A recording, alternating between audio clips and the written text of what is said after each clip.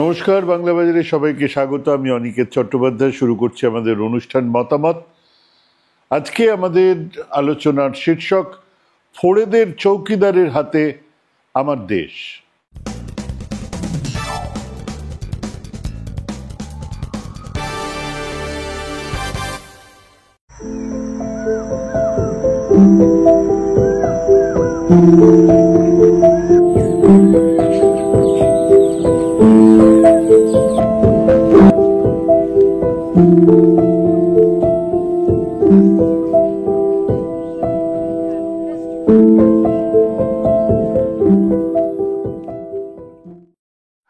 এক উন্মাদ হুমকি দিচ্ছেন বিশ্বের তাবৎ মানুষজনকে এবং ভাবছেন তারা সবাই আমাদের 56 ইঞ্চির ফেকুজি। হ্যাঁ, আমি ট্রাম্প সাহেবের কথাই বলছি। দ্বিতীয় দফায় ক্ষমতায় আসার পরে গতকাল তিনি আমেরিকান কংগ্রেসে ভাষণ দিতে এসেছিলেন। সেখানে আবার তিনি বললেন যে ইউরোপিয়ান ইউনিয়ন, চীন, ব্রাজিল, মেক্সিকো, কানাডার মতোই ভারতে গড়পড়তা হিসেবে মার্কিন যুক্তরাষ্ট্রের পণ্যের ওপর মাত্রাতিরিক্ত হারে, মানে মাত্রার চেয়ে বেশি, মাত্রার অতিরিক্ত হারে আমদানি শুল্ক তারা চাপায়, ভারতবর্ষ চাপায়, যা অত্যন্ত অন্যায়। এতেও যে তার রাগ কমেনি তা বুঝিয়ে দিয়ে ট্রাম্প এদিন একেবারে শিল্পক্ষেত্রে নির্দিষ্ট করে দিয়ে বলেছেন ভারত মার্কিন অটোমোবাইল পণ্যের ওপরে 100% বেশি হারে শুল্ক চাপায়, যে চেষ্টা নিতান্তই দুর্ভাগ্যজনক। তবে বহুকাল ধরে মার্কিন পণ্যের ওপর চলে আসা এই অবিচার যে আগামী দিনে তিনি আর চলতে দেবেন না, সহ্য করবেন না, সেটাও সেদিন উনি স্পষ্ট করে বুঝিয়ে দিয়েছেন। বেশ কিছুদিন ধরে বলছিলেন, কংগ্রেসে দাঁড়িয়ে বলার একটা আলাদা গুরুত্ব আছে, সেটা বুঝিয়ে দিয়েছেন প্রেসিডেন্ট ট্রাম্প। কেবল ভারতকে বলেছেন তাও নয়, দেশের দুনিয়ার বহু দেশকে তিনি একই সঙ্গে একই ব্র্যাকেটে রেখে বলতে শুরু করেছেন সমস্ত জায়গার বাণিজ্য তিনি একটা রেসিপ্রোকাল ট্যারিফে যাবেন, অর্থাৎ যে ট্যারিফ, যে শুল্ক তারা বসাবেন উনিও সেই ট্যারিফ বসাবেন। তিনি পরিষ্কার ভাষায় জানিয়ে দিয়েছেন আগামী 2রা এপ্রিল থেকে, 1লা এপ্রিল থেকে নাকি এপ্রিল ফুল করা হয়ে যাবে, সেই জন্য 2রা এপ্রিল থেকে গোটা বিশ্বের সব দেশের ওপরে রেসিপ্রোকাল ট্যারিফ চালু হয়ে যাবে। এবার তিনি ওই একই হুমকি দিয়েছিলেন মোদিজিকে পাশে বসিয়ে। ইনফ্যাক্ট যেদিন এই বৈঠক হবে তার একদিন আগেই তিনি সাংবাদিকদের ঠিক এই কথাই বলেছিলেন, বৈঠক যেদিন মোদিজির সঙ্গে হবে, যে ভারত আমাদের ওপরে বিরাট অঙ্কের শুল্ক বসায়, আমরা এবার থেকে সেই রকম শুল্ক বসানো শুরু করব। মোদিজি হে হে করে বৈঠকে হাজির হবার আগেই কাজ শুরু করে দিয়েছিল ভারতের বাণিজ্য মন্ত্রক, এবং তারপরেই হাই এন্ড মোটরসাইকেল এবং বারবন হুইস্কির মতো যে সমস্ত পণ্য ইউএস থেকে ভারতে আমদানি করা হয় সেগুলোর ওপরে শুল্ক কমানো হয়েছে। অর্থাৎ মিটিংয়ে যাবার আগেই এগুলো কমানো হয়ে গেছে। ভারতে এগুলো খুব বেশি সংখ্যায় বিক্রি হয় তাও নয়, কিন্তু ট্রাম্পের কাছে রাজনৈতিক দিক থেকে তো এর একটা গুরুত্ব রয়েছে। অন্তত বোঝানোর চেষ্টা করা হলো, হুজুর আমরা আপনার কথা শুনেছি, কিন্তু একবার মাথা ঝোঁকালে মাথা বিকিয়ে দিতে হয়। ট্রাম্প সাহেব ওইটুকুতেই বা ছাড়বেন কেন? উনি আরো বেশি চান, উনি বেনির সঙ্গে মাথা চান। এমন নয় যে তিনি এই হুমকি কেবল আমাদের দেশকেই দিচ্ছেন, একই হুমকি তিনি বিশ্বজোড়া বাণিজ্যের ক্ষেত্রে দিয়েছেন। ফল কি হয়েছে? চীন বলে দিয়েছে বেশ তো, আমরাও 20-25% শুল্ক বসাবো। মেক্সিকো জানিয়েছে তারাও শুল্ক বসাবেন। ইউরোপিয়ান ইউনিয়ন থেকে বলা হচ্ছে তারাও বাড়াবেন। কত বাড়াবেন তা কিছুদিনের মধ্যে তারা প্রত্যেকেই হিসেব করে জানিয়ে দেবেন। এদিকে আমাদের বাণিজ্য দপ্তর কি করছে? তারাও কি বাড়ানোর কথা বলছে? জানা যাচ্ছে ডোনাল্ড ট্রাম্পের রেসিপ্রোকাল ট্যারিফের হুমকি থেকে বাঁচতে গাড়ি এবং রাসায়নিক সমেত একগুচ্ছ পণ্যের আমদানির ওপরে শুল্ক কমানোর খোঁজার কাজ শুরু করেছে কেন্দ্রীয় আধিকারিকরা। অর্থাৎ আমাদের এখানে যে হিরো হোন্ডা, আমাদের এখানে যে হিরো মোটর বাইক, আমাদের এখানে যে স্থানীয় মোটর বাইকগুলো যেগুলো তৈরি হচ্ছিল, আমাদের এখানে যে ফ্যাক্টরি আছে, সেখানকার সঙ্গে এবারে হার্লে ডেভিডসন সঙ্গে তাদেরকে এখানকার যে বাইক তাদেরকে পাল্লা দিতে হবে। এটাই হচ্ছে ঘটনা। এবার বিষয়টা সম্পর্কে ওয়াকিবহাল যারা, তারা সেই সূত্র উদ্ধৃত করে সংবাদ সংস্থা জানাচ্ছে যে গাড়ি, কিছু কৃষিজ পণ্য, রাসায়নিক জরুরি ওষুধ সমেত একগুচ্ছ পণ্যের আমদানি শুল্ক কমানোর বিষয় নিয়ে সরকারি আধিকারিকরা আলোচনা শুরু করে দিয়েছেন। বাকিরা বাড়ানোর কথা বলছেন, বাড়ানোর হিসেব করছেন, কত বাড়াবো, ওনারা কত বাড়ালে আমরা কত বাড়াবো। আমাদের দেশে কমানোর আলোচনাটা শুরু করে দিয়েছে, কোনটা কতটা কমালে কি হবে। এছাড়া বেশ কিছু চিকিৎসার যন্ত্রাংশ, বৈদ্যুতিন পণ্যের উপরেও আমদানি শুল্ক কমানোর ভাবনা করা হচ্ছে, দেশের শিল্প ভোগে যাক। আসলে আমাদের দেশের প্রধানমন্ত্রী তো 56 ইঞ্চ কা সিনা, 56 ইঞ্চ কা সিনা কথায় কথায় বলেন, তো তাই আগে ভাগেই নতজানু হয়ে আপাতত খুশি করার চেষ্টা করছেন।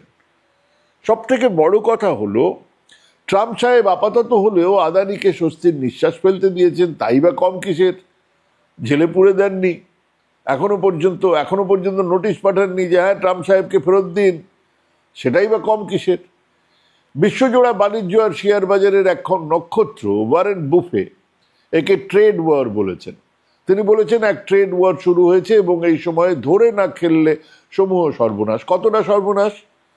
ধস নেমেছে মিউচুয়াল ফান্ডে লগ্নিকারীদের সার্বিক ভ্যালুয়েশনে।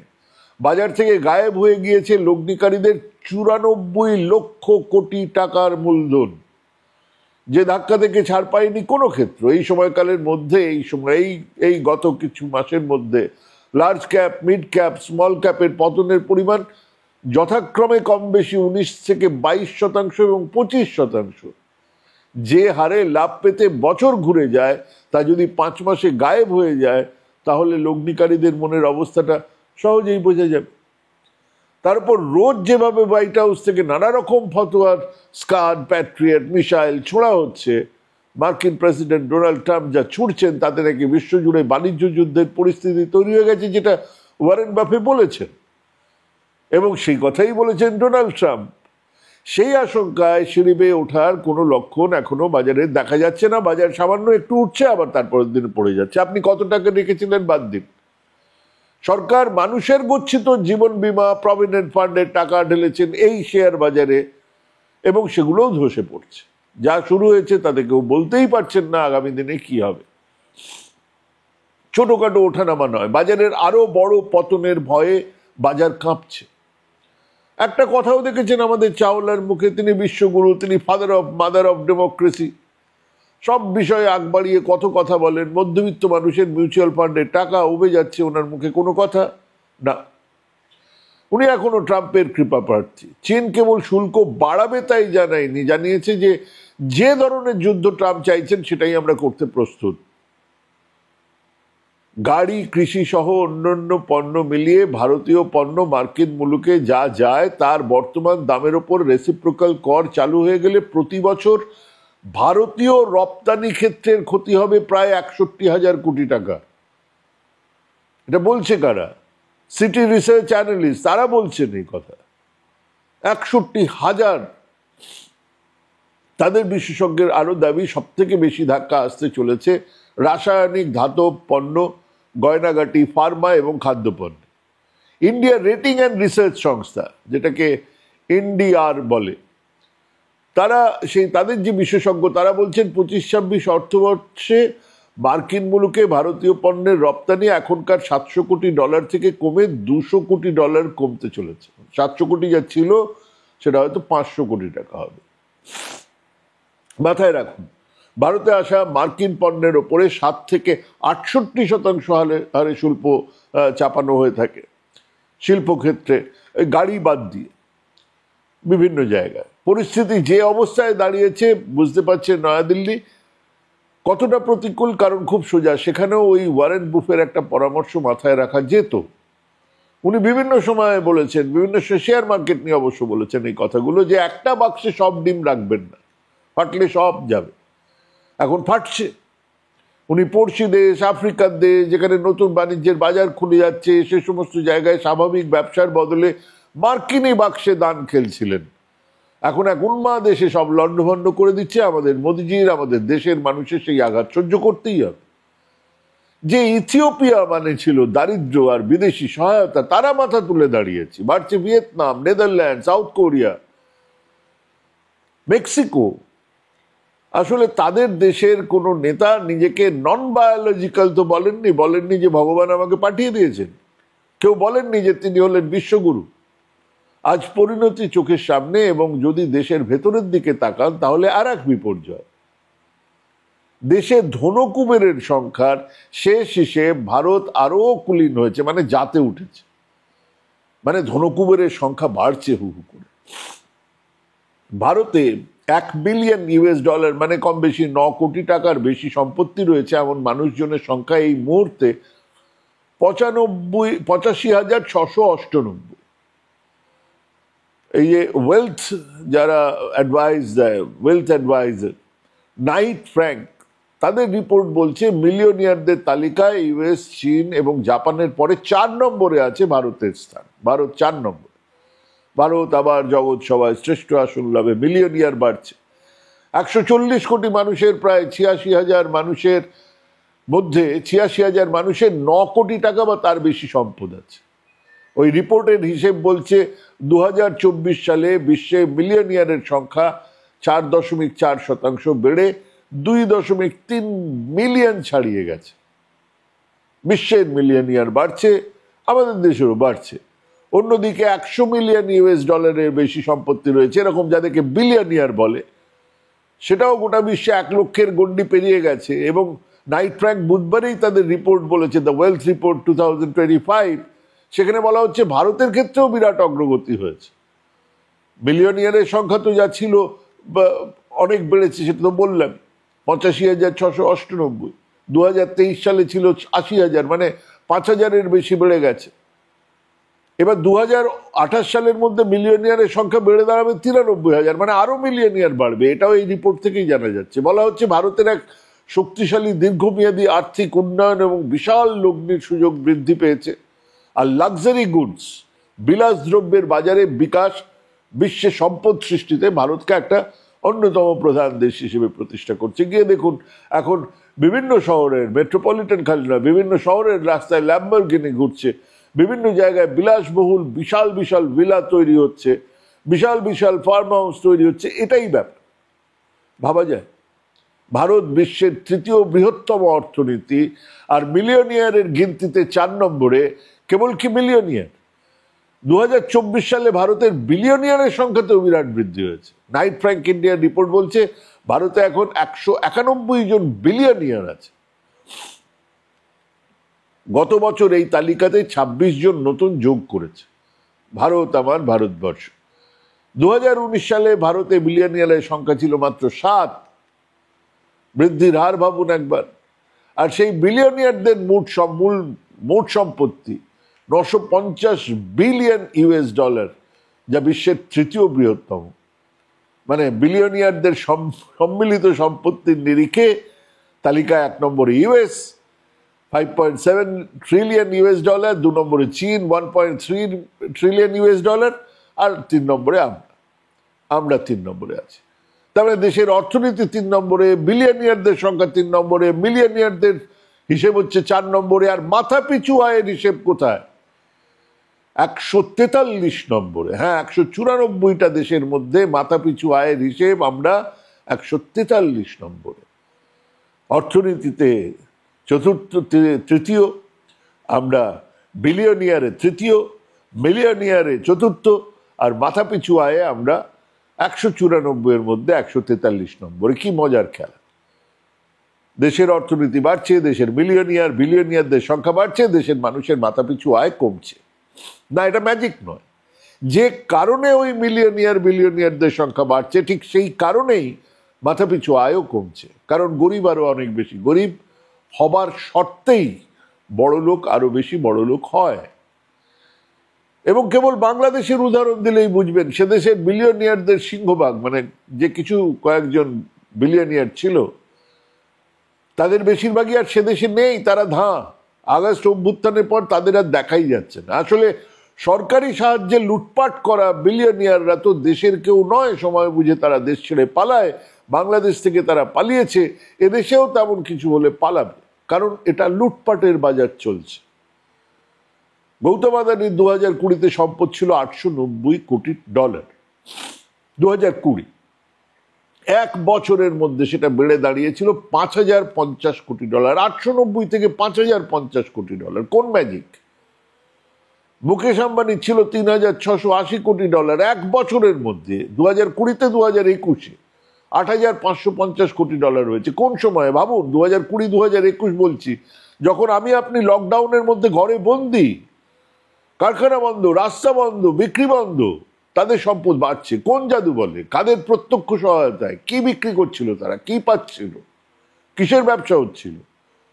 ওই অতিবারীর ভেতরেই দেশের স্বাস্থ্য খাতে ব্যয় কমেছে 10%, শিক্ষা খাতে ব্যয় কমেছে 6%, সামাজিক সুরক্ষা খাতে ব্যয় হয়েছে মোট ব্যয়ের 0.6% সম্পদ। কেন?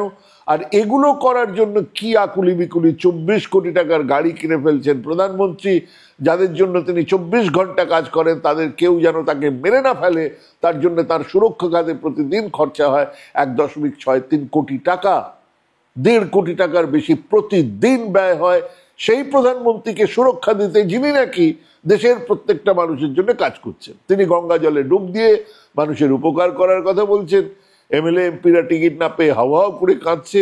আমরা দেখছি দেশের সাংসদদের 70% কোটিপতি, দেশের মিডিয়া, দেশের প্রতিটা সাংবিধানিক প্রতিষ্ঠান, দেশের আমলা, পুলিশ, প্রশাসন, দেশের প্রত্যেক রাজনৈতিক দলের মুখে একই কথা, দলিত, পিছড়ে বর্গ, গরিব মানুষের উন্নয়ন। অথচ প্রতিটা বছরের শেষে সম্পদ গিয়ে জমা হচ্ছে তাদেরই ঘরে, তাদের ব্যাংক উপচে পড়ছে টাকা।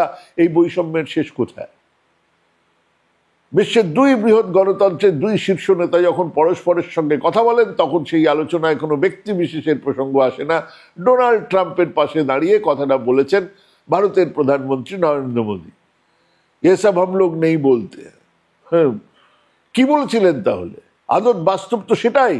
দেদার লুটমার চলছে দেশের মধ্যে, আর দেশের প্রায় সবটাই বেচে দেওয়া হয়েছে হাতে গোনা মুষ্টিমেয় কিছু ব্যবসায়ীকে। প্রধানমন্ত্রী সেই সমস্ত সম্পদের পাহারাদার মাত্র। তাই প্রধানমন্ত্রী যাই বলুন, আদানিজির প্রশ্নটি নিতান্ত ব্যক্তি বিশেষের নয়, তার সঙ্গে ভারতীয় অর্থব্যবস্থার, অভ্যন্তরীণ প্রশাসন, দুর্নীতি সবকটা বিষয়ে জড়িয়ে আছে, এবং তা জড়িয়েছে আন্তর্জাতিক পুঁজির বাজারের সুতোর সঙ্গে, এক সুতোয় বাঁধা আছে। সংবাদ সূত্রে যা যা বেরিয়েছে সেটা কি রকম? 2014 সালে গৌতম আদানির মোট সম্পদের পরিমাণ ছিল $500 কোটি। 2014-তে $500 কোটি। 2022 সালে সেটা কোথায় এসে দাঁড়িয়েছে? $12,100 কোটি। 500 কোটি থেকে 12,100 কোটি। এই কি বৃদ্ধি? কিসের বৃদ্ধি? কোন ব্যবসা?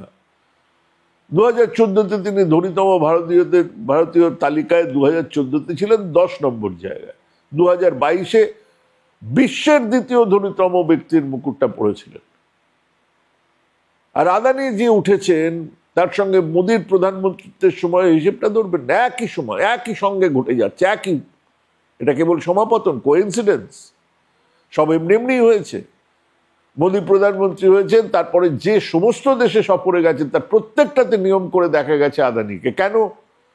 রাষ্ট্রপুঞ্জের সাধারণ সভা, 2014 সালে অস্ট্রেলিয়ার G20 বৈঠক, বাংলাদেশ, শ্রীলঙ্কা, অস্ট্রেলিয়া, ফ্রান্স, প্রত্যেকটা সফরে আদানিকে দেখা গেছে, প্রধানমন্ত্রীর পাশেই দেখা গেছে। এবং বাচ্চা লোক হাততালি বাজাও, প্রধানমন্ত্রীর দপ্তর জানাচ্ছে কোনো সফরেই তিনি সরকারি প্রতিনিধি তালিকায় তিনি ছিলেন না। আহারে, স্বাধীন দুনিয়ার স্বাধীন নাগরিক হিসেবে নাকি যে কোনো জায়গায় যাওয়ার তার অধিকার ছিল এবং আছে। কিন্তু তিনি কেন আমাদের দেশের প্রধানমন্ত্রীকে ফলো করছেন, তার পেছনে পেছনে ঘুরে বেড়াচ্ছেন? নাকি উল্টোটাই সত্যি, তিনি যেখানে যেতে চাইছেন, আদানি যেখানে যেতে চাইছেন, সেখানেই যাচ্ছেন দেশের প্রধানমন্ত্রী? যে ব্যবসায়ীর বিরুদ্ধে দেশে বিদেশে ঘুষ নেওয়ার থেকে শেয়ার বাজারে জালিয়াতির মতন হরেক রকমের, যত রকমের অনিয়মের অভিযোগ সব আছে, তার সঙ্গেই বারে বারে প্রধানমন্ত্রীর নামটা জড়িয়ে ফেলার হক আদানি নিজে দিয়েছেন। আদানি বলেছেন হ্যাঁ জড়িয়ে নিন, জড়িয়ে নিতে হবে, নাকি তাকে সেই হক দেওয়া হয়েছে? যদি শেষেরটাই হয় তাহলে বিনিময় মূল্যটা কি? কিসের বিনিময়ে হচ্ছে? বলা হয় না আমার বাড়ির চৌকিদার, আমার বাড়ির চৌকিদার, বা সেই বাড়ির একটা নাম থাকতে পারে, বসেদের বাড়ির, ঘোষেদের বাড়ি, চাটুর্যেদের বাড়ির চৌকিদার, চাটুর্যেদের বাড়ির দারোয়ান, বাড়ুজ্যেদের বাড়ির দারোয়ান, বলা হয় না? এরকমই বলা হয়। কি এমন বাধ্যবাধকতা আছে যে নিতান্ত এক ব্যক্তি বিশেষের থেকে প্রধানমন্ত্রী নিজের নামটাকে কিছুতেই আলাদা করতে পারছেন না? ঘোষদের বাড়ির দারোয়ান হয়ে থেকে যাচ্ছেন কেন? ওদিকে মোদিজি চিৎকার করছিলেন না খাওগা না খানে দুঙ্গা, তাই নাকি? তাহলে এটা কি? আসলে দেশ তুলে দেওয়া হয়েছে ফোড়েদের হাতে, আর চৌকিদার ঠিকই কথা বলেছিলেন, তিনি সেই ফোড়েদের চৌকিদারি করে চলেছেন। ভাবুন, ভাবুন, ভাবতে থাকুন। ভাবা প্র্যাকটিস করুন। ভালো থাকবেন, সুস্থ থাকবেন। আজ এখানেই শেষ করছি। নমস্কার।